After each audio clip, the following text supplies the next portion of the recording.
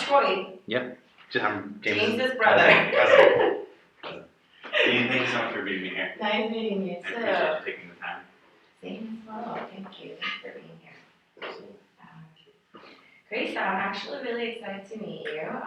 I've read all your personal statement and I feel like I already know you. So it's great to meet you in person. Well, thank you very much. It's good to be here to try to sort this all out. Yeah. All right. How are you? I'm doing well. I'm a little nervous, I have to be honest. Mm-hmm. This is something I care so much about. My dream is to be in medicine and to help people, so I'm a little nervous to get this all figured out. Okay. How are you? I'm doing great. Okay. But I'm excited to be here. I hope that we can figure something out to meet both of our interests. And I want to hear a little bit more about just how you're feeling about the whole situation and what's been going on your side. Absolutely. It's kind of a very long, convoluted story. Mm-hmm. So in the interest of not wasting your time, why don't you tell me what you know about my case? Yeah. And then I can kind of take it from there. I think what I know is pretty much what, in terms of your background, what I know is what you have shared with us in personal statements. So just where you're coming from, the situations that you were in your home country, and how you immigrated here when you were young, and sort of the difficulty that you've had with since coming to Boston College, difficulty that you've had in terms of taking multiple choice examinations. That's sort of the brief background that I've gotten. Okay. Yeah. Oh, yeah, absolutely. So I was in Myanmar, and there was a civil war going on there when I was little. So my family fled when I was 4, and I have extremely vivid memories of this. This time it was a country in crisis, definitely. It was a civil war, so it was a difficult place to be. But I guess I didn't realize this, but through the psychological exams that the Austin University helped me go through, it was determined that multiple choice exams just kind of freeze me and bring me back to that time of being a little kid and really having to make difficult choices, I think. So I have done well in all my classes that didn't involve multiple choices. I've shown that I can master the subject. It's just something about multiple choices just really frees me. So that's kind of my issue. We'll call it a learning disability, I guess. Yeah. So I know that you've gone through some counseling and therapy sessions. Have those helped at all in terms of making decisions under time constraint? Do you think those sessions are helping you at all? They really helped me figure out what the problem was. I think I always knew I was terrible at multiple choice, and I knew that it was something I couldn't do, but I never knew why. So I think that's helped me realize what the problem is in terms of taking that information into multiple choice exams. It's in fact even made it more difficult, no matter all the tutors or the extra time. Just now multiple choice tests carry such weight and pressure, such low self-esteem in that situation that it hasn't helped in the actual test taking. Okay. And are you seeing sort of the same symptoms in different aspects of, just the daily life activities? I wonder if that's carrying that type of nervousness that comes with making a decision. Have you seen that in other aspects of your daily life? I really haven't, which is interesting. You think I would. In terms of classes here, I find that I'm able to talk about the subjects fluidly, and I'm able to write essays about them, and I love everything to do with medicine and about science and everything like that. It's really just these multiple choice questions. And I feel like because of the evaluation and because of the times I failed in multiple choice questions kind of all piled up to make multiple choice this huge, unattainable way of testing just freeze when I get there. Yeah. Yeah, thanks for sharing that with me. I think that's kind of really interesting to hear about where it's coming from and what it's been for you. And I can only imagine, being an immigrant here and having your parents go through such a difficult times in their lives, and for you as well. I can only imagine this must mean a lot for them as well, that you're going through medical school and even being admitted to medical school. Um, so I think that you would do the same, to kind of listen to where we're coming from and our sort of interests and our concerns, in terms of what's in front of us.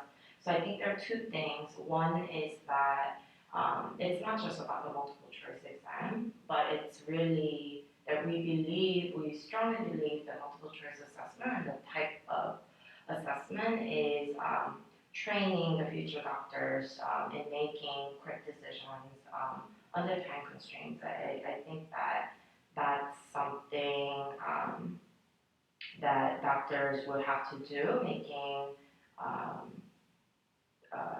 quick judgments under a lot of pressure, and really it's not really about the multiple choice assessment, but the habit or the training that we're seeking. So allowing an exemption or offering a different form of assessment, we feel that it's going to substantially change the quality of our program. So that's one concern for us.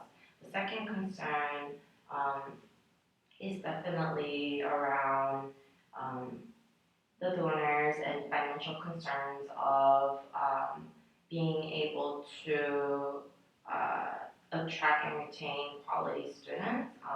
When we start to move away from having the high standards of providing multiple choice assessments and keeping the quality of education pretty high. So those are two of our concerns. That being said, I want to hear more about what you are really interested in and moving forward, like what you want Absolutely. from the college. That first concern you mentioned doesn't really sit well with me about how this is the way you assess doctors and want them to just because this is a learning disability. This is something I have to deal with and live with.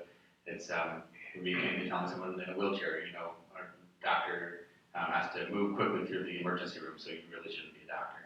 I think I have the ability. I've shown mastery of the subjects outside of multiple choice. I'm personable, and I can work with people, and I can make quick decisions. It's just something about this test format. It's not. It's a learning disability. It's the same as a physical handicap. So it's something I'm looking to get through, and I feel that if I can get past this one aspect of medical school, their multiple choice exams is a small part of this whole education. So if I can get past this, I feel like I can be an effective doctor. I really just want to help people, and I feel like I can do that. So that's a concern. We definitely understand. We understand, and we've seen that you are able to sort of understand the concepts outside of this assessment format. But in terms of providing sort of reasonable accommodations from the college's perspective, we've done that with, providing other forms of support like tutoring and taking notes. So I think that where we're coming from is we really want to ensure that you're getting other supports to succeed in taking this test and passing the assessment that we have. That's really important to us, that you take this test and show and demonstrate that you have the ability to succeed, specifically on this test and this format. And I think this is something that you're in your first year, and I think this is something that will sort of last in your medical school career. Should we check? Thank you. It's going to be folks to look to the camera. They're like, hello. The green light is on. Yeah, it's still There you go. So this is not necessarily something that is about just the first year of medical school, but something that will sustain throughout the rest of 3 years that you have at our school. And the format itself is really crucial for us in ensuring the quality of education and the quality of the program that we provide. So we're willing to sort of look at different additional support that we can give you, maybe a therapy sessions, and see if that will get better. We really don't see this as a learning disability where you're having a difficult time in general reading and thinking, because obviously you can do that outside of that assessment format. So we do believe that without changing the format, there are other additional support that we can provide. What kind of, I appreciate all the support that the university has given me, but things like tutors and note takers, or extra notes, I think that's a standard support for disabilities. Well, my disabilities is maybe somewhat unique, and we're not sure how to support it. So you mentioned you're willing to give other support. What things are you thinking about? Yeah, we're thinking about, and we would love to hear your opinion on this, and not put words in your mouth, but we think that this is more of a psychological phenomenon than a learning disability. Okay. So we're thinking maybe sessions to help you cope with the background that you come from, and that would actually might help you more than the traditional method that we tried in the past, so like note taking and tutoring sessions that we've already tried, and we've seen that it didn't really help. Okay, so I came to this university and I went through a first year and I passed all my classes, all 12 classes except for 3. And the 3 that I didn't pass were because of multiple choice. And then because I failed those 3, I had to repeat my first year. And paid an additional tuition to do that. And I failed, again, 3 different classes, but also because of multiple choice. So I consistently have shown that I'm able to pass classes, just not when it was a multiple choice. So I've done my first year twice, and I haven't gotten through because of this multiple choice. So when you say you want to give me further support, are you saying I'm going to have to do my first year again? Or what are you thinking? Yeah, I mean, going back to where we made that decision of kind of having you repeat the first year, that alone, I think, was a huge decision on our side. We typically only allow students to fail 2 exams, and immediately after that they're dismissed. So at that point, we've taken a considerable amount of resources and time to really think about your case. We brought on the diversity committee. We listened to essentially their advice on making you stay for another year to give you that second try to take those 3 assessments. So we've done a lot of, which I think we should have communicated better in terms of what we've been doing so far. But at that first time, and then, so right now we've tried, I think, 3 times to take this examination. And all 3 times we feel that we have made some sort of a progressively greater support to make sure that you would pass the assessment. So we're willing to try, give you a different type of support, try something different that, since we've already seen that things that we tried haven't worked, give you a different type of support, and I think that you can be part of drafting what type of support you think might work, and then give it another try. I think that would that be something that Sure, yeah, I definitely appreciate that. So you're saying maybe take my first year classes again with a different kind of support. And the issue I have with that is, well, there are two issues. The first is financial. I paid for the first year twice. My parents had to mortgage their home and take out loans from the Asian American community. So they're $90,000 or so in debt, or $70,000 in debt. So my first concern is I can't afford to do a first year again. I've taken all my parents' money, and I really need some financial assistance in terms of that. And then my second concern would be just like, I think this goes against the Rehabilitation Act of 1973 and the support you're providing for me. You're excluding me from moving on to another year because I have this handicap of multiple choice. So I think I've shown that I'm a qualified individual in other aspects of life.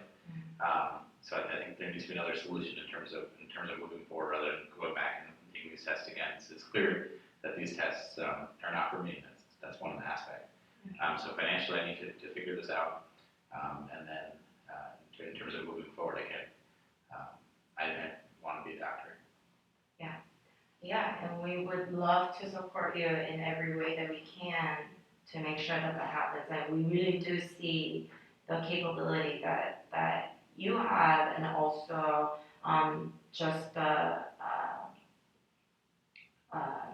because of the struggles that you went through, I think you bring a very different quality or different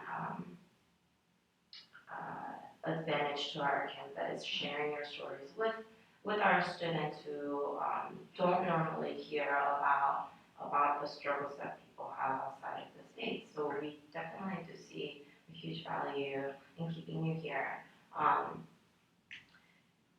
So let's sort of respond to two of your concerns. So first, financially, we are prepared to pay for the first year, the 2 years that you have to go through. So the tuition at our school is $30,000 a year. 30 grand a year. $30,000 a year, and we're willing to sort of, in a way, reimburse the 2 years that you have to repeat. Really as a way of saying that you, as a way of appreciation that you're being so persistent, and to show that we really want to support you. So you're saying you'll reimburse the $70,000 for the 2 years or the $60,000 for the past 2 years that you have to go through. We will also pay for the additional support that we're going to try out. So whether it be therapy sessions, whatever it's going to be, we'll pay for that. And I think that's something that we can definitely do. Good. I really appreciate your support. I'm touched by this. I really think I can help the Asian American community with my story and my empathy. Very powerful. Yeah, no, my empathy. I just want to help people so much. And I think, speaking of which, I think we really can have you. We have this Inspiration Speaks sort of event coming up, and I think we definitely can use your help to sharing some of your stories. And if you're not comfortable with a big crowd, we can even schedule like a small session where you get to kind of share your stories with fellow medical students. I think it would be really powerful. That'd be great. So I think the other thing to just figure out is what kind of support I guess I'll need, and I appreciate the therapy or this that kind of support. But these multiple choice assessments, I guess, really frees me. So in the case that I continue to be a good student in every other aspect of my courses, but do you see any other way to assess me other than the multiple choice? So that's sort of, that's really a issue that's greater than my position, and it's an issue of the whole college, an issue of really, frankly, a financial issue, and just being able to ensure the quality of the program that we're offering. And I think a lot of the donors and alums are concerned about moving away from what we have kept for so. I got cut off. We're going to try again. So the last part, right? Last part. Just Thank you again for everything you've offered for me and your support. I want to let you know that I'm going to be taking this up with and advocate for myself and take it up with the medical board of doctors and see if there's any way we can get an equivalent assessment. So I hope that maybe that's something that the university can be willing to have a conversation about. Yeah, we're definitely willing to support you if you want to advocate for yourself and lobby for this issue. We do understand that this is a very important issue for a lot of students in terms of changing the policies within the college. We're not ready to do that yet, but we're willing to support you if you would want to take up on this issue. Wonderful, I appreciate that. So to recap, we've agreed that you will reimburse my 2 years tuition for $60,000. Yes. I'll be able to take my first year with additional and new ways of support. We'll work together to figure out what that is, Yep. and you'll finance For that. And then we'll be open for possible discussions about maybe alternate assessments, but that's another conversation for another day. Okay. And then I'm willing to speak to other students about my experiences. Yeah. Deal. Deal. Thank you very much. Thank you. Yeah, we did it. A minute and a half. Is that okay?